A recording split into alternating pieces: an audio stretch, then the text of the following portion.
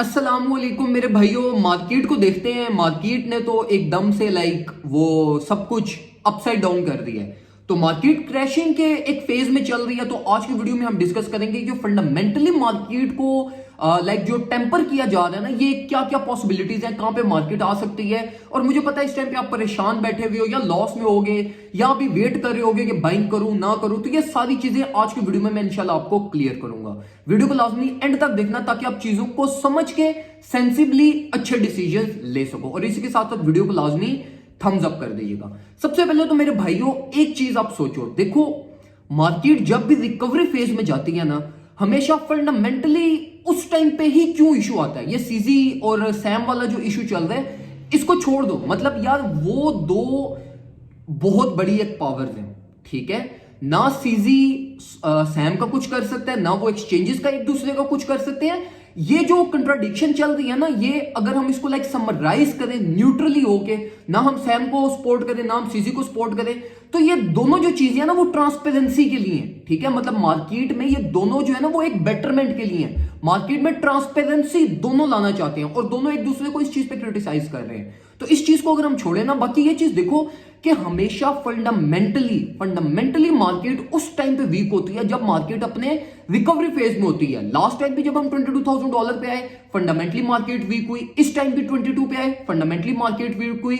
और 3 months back जब हमने $25,000 की टेस्टिंग की थी, उस टाइम भी मार्केट फंडामेंटली वीक हुई थी। तो ये ना एक आप कह सकते हो कि यार ये हमेशा ना प्लान किया जाता है कि यार फंडामेंटली अगर मार्केट में कुछ भी करवाना है ना, तो हमेशा वो उस फेज पे करवाया जाए जब मार्केट आपके पास कोई बुली सेंटिमेंट्स की तरफ जा रही हो।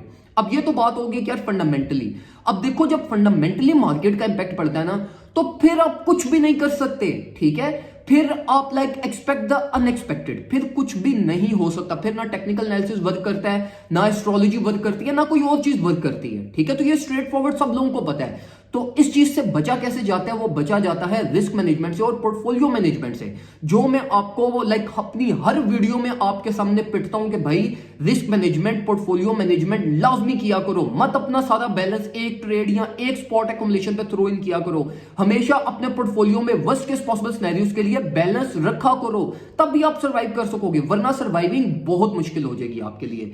अभी अगर हम मार्केट को देखें तो मेरे भाइयों देखो, मार्केट पे फंडामेंटली इंपैक्ट है। टेक्निकली देखें तो स्ट्रिक्टली स्ट्रांगली बाय है, मतलब हर चीज बाय जोन में चल रही है। लेकिन मार्केट पे इंपैक्ट है फंडामेंटली, और उसका मतलब यह है कि टेक्निकल्स वर्क नहीं कर रहे। तो इस सिचुएशन में जो आप कर सकते हो वो तो ये है, जो मैंने अपने सिग्नल्स ग्रुप में भी अभी करवाया है, वो सिर्फ मैंने वेट करवाया। हमारे जितने भी टीपीस थे, जितनी भी हमने ट्रेड और स्पॉट एक्युमुलेशंस की थी, वो सारी हमारी पास्ट 2 वीक्स की अपने टीपीस को हिट कर चुके हैं ये प्रीवियस 4 आवरली कैंडल में, ठीक है। Even in crash, even during fundamentals, और ये सारी चीजों का इंपैक्ट होते हुए भी अल्हम्दुलिल्लाह हमारे सिग्नल्स ग्रुप में हमने पास्ट 2 वीक्स में बहुत ज्यादा प्रॉफिट जनरेट किए हैं। हमारे सारे टीपीस हिट हुए हैं, हमने सारी होल्डिंग्स अपनी प्रॉफिट्स में क्लोज की हैं, और अभी इस टाइम पे हम वेट कर रहे हैं। तो मैं आपको भी ये रिकमेंड करूंगा मेरे भाइयों, देखो अपने पोर्टफोलियो को एनालाइज करो, ठीक है। अपने पोर्टफोलियो में जाओ, देखो क्या सिचुएशन है, कितनी बाइंग की हुई है। अगर तो 100% यूएसडीटी में हो तो फिर तो बाय करो, फिर तो एथेरियम को एक्युमुलेट कर लो, सॉल को भी एक्युमुलेट कर लो। आप लोग ये समझ रहे हो कि ये इस कंट्राडिक्शन की वजह से सॉल और ये बीएनबी क्या खत्म हो जाएंगे? नहीं मेरे भाई, ये कभी भी नहीं हो सकता, ठीक है। Sol is the future, Sol बहुत स्ट्रॉन्ग प्रोजेक्ट है। ये मत सोचो आपके ये इस कंट्राडिक्शन की वजह से सॉल खत्म हो जाएगा। सॉल बहुत ज्यादा बाउंस करेगा, तो सॉल भी आपकी बाय जोन में आता है, ठीक है। और सॉल की प्रिडिक्शन का क्या कंट्राडिक्शन ला रहे हो आप मेरे भाइयों? सॉल मैंने जिस टाइम पे $40 का आपको कहा था ना, तो सॉल $38.95 से रिजेक्ट हुआ था उस दिन, ठीक है। और उसी दिन वीडियो में मैंने आपको क्या भी दिया था कि सॉल के टारगेट्स हिट हो चुके हैं, प्रॉफिट सिक्योरिंग कर लो। वो आपने नहीं समझा, तो इसमें मेरी कोई गलती या मेरी कोई जिम्मेदारी नहीं है। तो देखो अभी तो एक्युमुलेशन बनती है, मैं आपको रिकमेंड भी करूंगा कि 5 to 10% अभी भी आप एक्युमुलेट करो। बेशक बीटीसी ने ऑल द वे डाउन 16,500 पे आना हो, स्टिल एक्युमुलेट करो। और उस एक्युमुलेशन की वजह यह देखो, एक्युमुलेशन का वो टाइम होता है जिस टाइम पे मार्केट मैक्सिमम पेन में होती है। अभी अगर आप मार्केट को देखो तो मार्केट ने तो अपनी लिक्विडिटी हिट कर ली है, मतलब ये कि मार्केट इस टाइम पे मैक्सिमम पेन में चल रही है, तो आपकी एक्युमुलेशन बनती है। मत वेट करो ऑल द वे डाउन को, बहुत ज्यादा वर्स्ट टारगेट्स की तरफ मत जाओ, बेशक वो हिट हो, लेकिन आपकी एक्युमुलेशन बनती है। 5% 10% आप एक्युमुलेट करो। और जो एक्युमुलेशन मतलब एक्युमुलेशन में आज अपने सिग्नल्स ग्रुप में करवाऊंगा और भी, ठीक है। और उसकी क्या वजह? उसकी वजह यह है कि देखो जब फंडामेंटल्स का इंपैक्ट है ना, तो फंडामेंटल्स ये नहीं होता टेक्निकल्स तो होते हैं ना कि लास्ट करते हैं ये, मतलब इन पे बहुत ज्यादा, अगर आज हमने कोई टेक्निकल एनालिसिस किया तो इसका इंपैक्ट एक हफ्ते तक भी रहेगा, लेकिन जो फंडामेंटल्स होते हैं उनका इंपैक्ट जो है ना वो सिर्फ शॉर्टर टाइम फ्रेम के लिए होता है। जो मार्केट पे एक दफा इंपैक्ट पड़ गया बस वही उसका इंपैक्ट है, उसके बाद फिर वो जितना मर्जी 10 साल तक चलती देना तो वो उसका इंपैक्ट फिर वीक होता जाता है, वीक होता जाता है, वीक होता जाता है, तो उससे फिर फर्क नहीं पड़ता।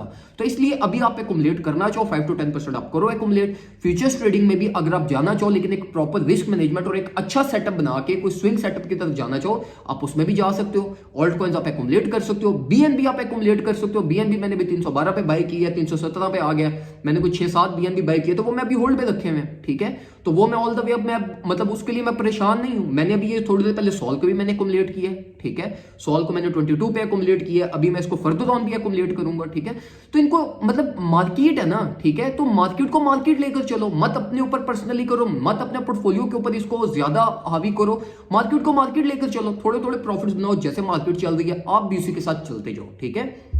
तो एक्युमुलेशन बनती है अभी भी, मार्केट अपने मैक्सिमम पेन्स में है। टेक्निकल एनालिसिस को अगर हम देखें तो वो बाय सिग्नल दे रहे हैं, लेकिन आपने अपने माइंड में सारी चीजें रखनी है। ये जो हमारे पास वीक पॉइंट्स है फंडामेंटली उनको माइंड में रखते हुए अपने पोर्टफोलियो को प्रोटेक्ट कीजिएगा और अपना ऐसा बैलेंस लाजमी रखिएगा कि जिससे आप फर्दर ऑन अगर मार्केट 5 to 7% गिरती है तो आप एक्युमुलेट कर सको। दुआ में मुझे याद रखिएगा। कमेंट सेक्शन में कुछ चीज पूछना चाहते हो, कोई स्पेसिफिक टॉपिक के बारे में पूछना चाहते हो तो वो पूछे, मैं इंशाल्लाह आप लोगों को रिस्पॉन्ड लाजमी करूंगा। दुआ में मुझे याद रखिएगा, अपना ख्याल रखिए, अल्लाह हाफिज।